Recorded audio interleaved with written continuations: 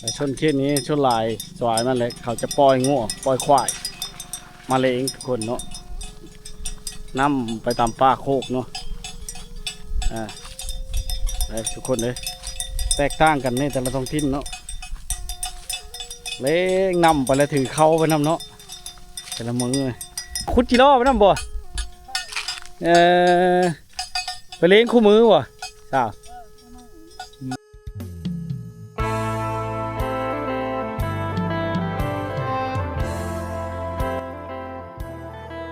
ครับสวัสดีFCทุกคนนะ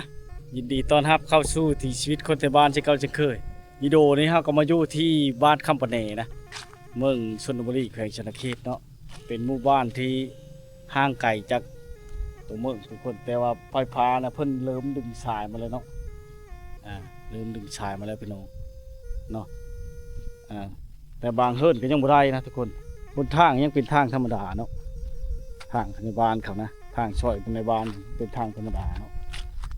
แล้วก็หลังเฮิรนก็เป็นหลังเฮิรนห้างเป็นอาชีพหลักเขาเจ้าก็ซับเศร้าให้หน้าเนาะแต่มันเป็นป่าโคกช่วงนี้มันก็บ่งามปานใดเนาะ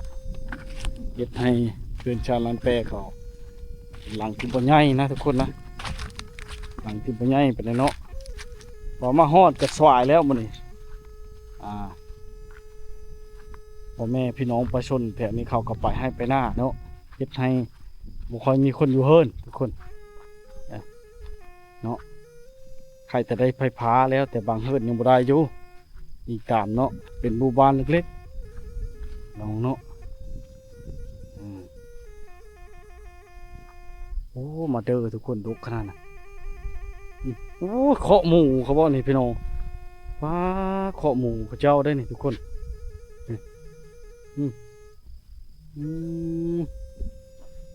น้ำกับเขาจะใช้ด้วยไดอีกอย่างต่างๆนี่นะทุกคนเนาะถ้าบ่ไดแล้วก็แล้ว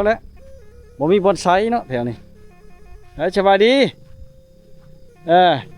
เป็นได้ดำหน้าแล้วแหละยังมาทะเลบ่มีน้ำ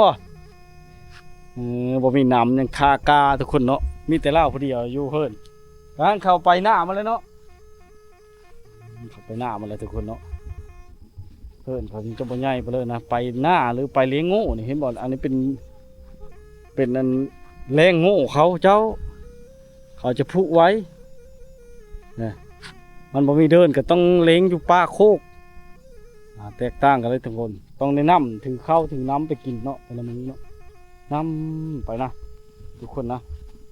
แต่ท้องถิ่นบอกคือกันเนาะบางบ้านก็จะเลี้ยงใช้เดินเนาะโอ้ยโหเขาเจ้าเนี่ยพี่น้องเอาเชือกเอาอย่างมัดเนาะโง่อ้อได้สบายแล้วนี่ย่ำมันเขาดำหน้าเนาะ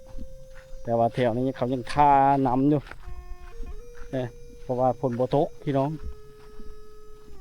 ฝนตกโบราณมันก็แห้งเห็นมันแห้งเนาะเพิ่นกับเจ้าเนี่ยจะบ่ใหญ่ปานใดพี่น้องผ่าก็เพียงจะผ่าอยู่แบบโชว์ข้าวนะเอาผ่าไม้ซาดไม้กุ่งเนาะมาสานปากกาตาดแล้วก็แปะข้างนั้นข้างนี้นะทุกคนเนาะอยู่ไปเนาะพอได้ข้างแดดแต่ฝนนี่บ่ได้ข้างดอกทุกคนฝนมันจะพระเข้าจะแล้วเนาะฝนมันไปอยู่เนาะเจ้าของเขาไปหน้ามาแล้วทุกคนมันสวายเฮ็ดให้บ่มีคนอยู่หลายเนาะที่เด็กบางจำนวนเขาก็เลี้ยงงูในเดินนี่เนาะที่แต่ข้างแดดนะผ่านไม้นี่พี่น้องเพราะว่าไม้มันก็บ่หลายคือตะกี้เลยเนาะใส่ไปนี่เอาทุกคนสารปากกาตาดเนาะเป็นหมู่บ้านแบบเก่าๆทุกปีนะทุกคนนะเนาะทางจะเป็นผาไม้เฮซื้อมาแต่ตัวเมืองเพื่อแหละเพื่อจะแก้มากกับซื้อรถไถนะราคาบ่มีรถไถก็ต้องได้ยืมน้ำพี่น้องทุกคนเนาะแต่ชนเขตนี้ชนลายสวายมันเลยเขาจะปล่อยงัวปล่อยควายมาเลยเองทุกคนเนาะนำไปตามป่าโคกเนาะทุกคนเลยแตกต่างกันในแต่ละท้องถิ่นเนาะ เล้งนำไปแล้วถือเข้าไปนำเนาะแต่ละมือบางเทื่อก็จะหลายเจ้าแต่ไปเลี้ยงผู้ถึง2 คนแป้งกันในแต่ละมือนะทุกคนเลยควายเขานี่เนาะป้าโคกมันจะไปบดกไปไหนนี่ให้เธอควายมันก็ง่วกับจ้อยแน่บ่ตุ้ยบ่พี่บ่เลยเนาะโอ้ได้เสียมไปนำเนาะคุดจิโร่ไปนำบ่เออไปเลี้ยงคู่มือวะจ้าไปเลี้ยงคู่มือควายเจ้าเดียวบ่หรือ2 เจ้า 3 เจ้าพุ่นนี่เจ้าเดียวโตแม่น้ำอยู่ก็มีเนาะมีแต่ควายป่ะเจ้าน่ะหัวก็มีอยู่บ้าน ให้เขาเลี้ยงอีกต่างหากอีกงูน่ะแต่ละมือต้องได้ไปไปนี่ทุกคนน่ะนี่ใส่ถือเข้าถือน้ำเนาะน้ำไปตอนแรกไล่มาป่ะเป็นแหล่งอะไรพวกนี้น่านี่ได้มามาแจงมาในนี้แหละนึ่งเข้าเป้าไผ่แล้วก็เตรียมของครบของกินก็ใช้ธงคือเสียมพุทธจิโร่น้ำเนาะหากินไปพร้อมเจอแรงมาหูยุควายจะใน6 7 ตัวยังเลี้ยงผู้เดียวได้เนาะมันหูยุคันบางโถมันไปแป้ชิลุผู้พายแล้วโอ้ยยากเลยปล่อยแต่เช้าวันนี้ช้ำมันชวายไปเลยนี่รัดแล้วมันลงหน้าเขาแล้วเนาะไปเลยทุกคนเราไปเลยควายเราเล่นนะเราจะรัดประทันนี่นะเป็นวิถีชาวบ้านเนาะมาให้พ่อแม่พี่น้องได้มาติดตามรับชมเนาะหมู่บ้านเขตนี่เขาเจ้าเลี้ยงงัวเลี้ยงควายเฮ็ดหน้านะเฮ็ดหน้าแต่มันเป็นป้าโคกดินโคกมันบ่งามปานใดทุกคนแต่เฮ็ดให้บ่อยากกุมกินปานใดเนาะเป็นบางเฮิร์นเท่านั้นที่กุมกินนะเฮ็ดให้ไปหาเฮ็ดงานเนี่ยเนาะเฮ็ดงานรับจ้างรับบ้ายไปเฮิร์นหลังนี่อยู่คือสิบ่ทันได้ดำหน้านะทุกคนนะเนาะ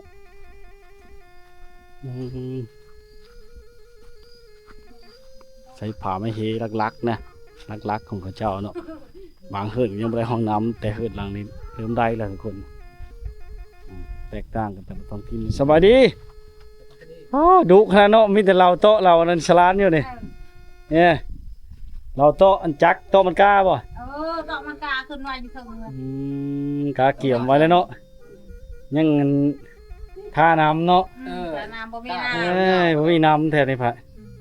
แตกต่างกันบางบ้อนกับฝนตกจนน้ำจิโทมนี่บ่มีน้ำอันนี้ครับบ่มีน้ำจนทุกคนตกกันของอันนะเลยเราโต๊ะจักไว้ท่าเนาะมาเราทุกคนมาเผาเฮือนแล้วคุณมือธรรมดาแล้วเรียกก็ได้เผาเพื่อนจักไปชังชยามคูปต้าป่ะเนี่ยจักไปซักโกลเด้นโบป่ะจักโกลเด้นโบแล้วมดแล้วชยามคูปต้าเนาะบ่จะมีเนาะโอ้หลายปีแล้วนี่จนลิ้นย้อยเลยทุกคนโอ้ยไปเขื่อนไปได้รถไทยนี่ก็ถือว่าแก้ไขในชีวิตประจำวันได้แก้อย่างก็ได้ทุกคนมีแก้วน้ำเนาะไอเดียเจ้าบอลไว้เครื่องให้ต้องมาโน่นมาโน่นเนาะโอ้ลายลีมาสิเจ้านี่เนาะมันรักษาเฮือนรักษาชาติเลี้ยงมาได้เนี่ยไว้รักษาเฮือนรักษาชาติรักษาแล้วผู้เจ้านอนบ่มือมันเห่าเนาะบ้านก็ขึ้นเนาะไปเห็นมีรถมีรางแล้วนอนก็กำคืนบ่มือก็มาแล้วเห่าก่อนเห่าก็ตื่นได้ประโยชน์ตัวนั้นเนาะได้มาเด้อมันจะเลี้ยงละลาได้เลี้ยงมีประโยชน์เด้อเดี๋ยวพอได้เห่าแล้วเขาไปกายเขาคนบ่ดีอันนั้นอันนี้เห่าจักเขาไปให้ไปหน้าอะไรย่านนี้เนาะบ่จะมีหลายคนบ่ได้เนาะเขาดำให้พูดได้ดำเพิ่นยังได้ดำอยู่เนาะได้ดำเขาหยาบเขาดำผู้แช่ผู้ชาวได้เขาไปเฮ็ดงานอยู่ไทยบ่เขาไปบ่มีไปนั่นบ่มีเขาพูดอันนั้นเอาลูกเอาปัวหมดแล้วมาจากบ้านได้นี่บ้านน้ำเกลือพุ่นเด้มันจะพอดจันทเขตเฮามาอยู่บางชนนี้บ่ได้ไกลไปเลยมาเฮ็ดเวียกอยู่นี่มาแต่ผู้ตุยละพุ่นไปเลยต้องได้รอท่าผลน้องบ่มีของชลประทานบ่มีน้องสะเนาะน้องใหญ่บ่มี มีก็พูดอยู่ลุมคนหน้าโตอยู่พี่บ่สิดำได้ไปเอาได้ ดำนั่นเลยเนาะ นองก็มีมันอยู่ไกลเนาะเป็นนองร่วมบ้านเนาะ ก็มีแหละบ่หน้าโตนได้ซั่น นองร่วมบ้านบ่ นางน้องเพิ่นป่านของหันนี่ป่าน นอนใหญ่พายใหญ่พายรวม หาลงกับเพิ่นบ่ได้เฮ็ดของชลประทานขึ้นมากก็แล้วแหละ บ่มี บ่ได้มี คันเฮ็ดเครื่องปั้นมันได้เชียเงินได้น่ะ โอ้โหธรรมดา เออ ป่านก็ บ่มีเงินเชเขาอีกชนบทเฮาสิเอาเงินมาได้เจริญเช โอ้ ก็ ยหาเงินก็อึด พวก อยาก เขา คือ ถ้า ใน เขา นี้ได้ ปล่อยลงผลได้แล้วเขาเฮ็ดนาแซง คันอยู่ทางใต้ทางพุ่นใครเด้ กันอยู่ทางใต้เลยได้เนาะ เออ โอ้ใหญ่เติบบ่ไปทางไหนหนองทางนี้แหละ น้องหัน ไปทางนี้ก็แนมเห็นพูดเล ล ย งไปนี่ก็เห็นน้อง ไปทางวัดพุ่นไปบ้านตัวนั้นทางวัดพุ่นไปพุ่น มีทาง ทางนั้นเนาะ ทางเขาพาอยู่ ไปพุ่นกับคำปะแหนคือกันบ่ เออก็มาแน่กัน แยกออกมา ปา กัน น ไหน เนาะ กันหมดอันนั้นก็ได้ เขาเมึงชนนี่แหละคำประได้ค่ะเขาเมึงชนนี่ หักหน้ามันน้ำร้ายยากซองบ่นี่ก็เห็นหน้าว่านี่ อึดยังน้ำค่ะมันอยู่ลุม ขึ้นมาพี่เนาะแสดงหนองใหญ่พอจะพูด ใหญ่เติบมันละ ไหนแล้ว โอ้ยล่อท่าพ่นพี่น้องเนาะบ่มีหนองช้า บ่มี บ่มีคลองบึงมีชังก็ยากแหล้วท่าพ่น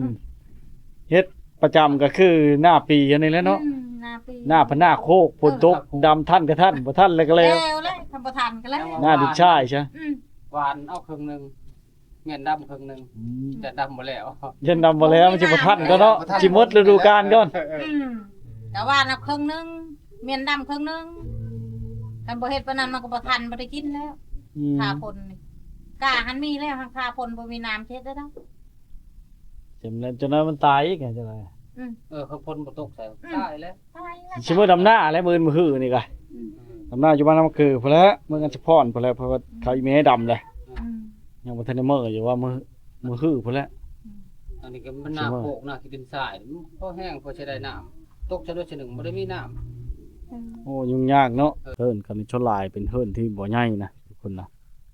ยังใครแต่ได้ไฟฟ้าแล้วพุ่นก็ยังมีเนาะเฮิ่นหลังคาเขาเนาะพุ่นก็บ่ฮู้ว่าเท่าไหร่นะหลังคาเนาะบ่ฮู้จักหลังจำนี่มันห่างก็ดอกก็ยอกก็แยกประมาณ20ป่ายทุกคนเนาะปุกฝนก็สิมาแล้วทุกคนเนาะเนาะถ้าผู้ใดคล้ายๆเนี่ยเพิ่นก็มีการพัฒนาเฮ็ดโหพี่น้องยันโง่เข้าเนาะโง่เข้ากินเครื่องผูกของพังมีการจกหนองนำเนาะบ่ได้น้ำใสเด้ทุกคนเลยนี่แหละการดำรงชีวิตของเขาเจ้าเนาะล่อท่าฟ้าท่าฝนเฮ็ดนี่เพราะว่าการเฮ็ดนาปีมันบ่มีน้ำคลองอหย่างต่างๆก็ยุ่งยากไปแบบนะน้องอะและอีกอย่างมันเป็นป่าโคกถ้าฝนตกเลยมันก็จะมีน้ำเนาะฝนบนด้านตกเลยก็บ่มีแตกต่างกันแต่ก็เป็นตาอยู่พี่น้องในการตั้งบ้านตั้งถิ่นฐานเนาะเป็นป่าโคกงอมดทุกคนหอมด้วยป่าโคกเด้หมู่บ้านเนาะพวกงามแบบพูนอีกเนาะ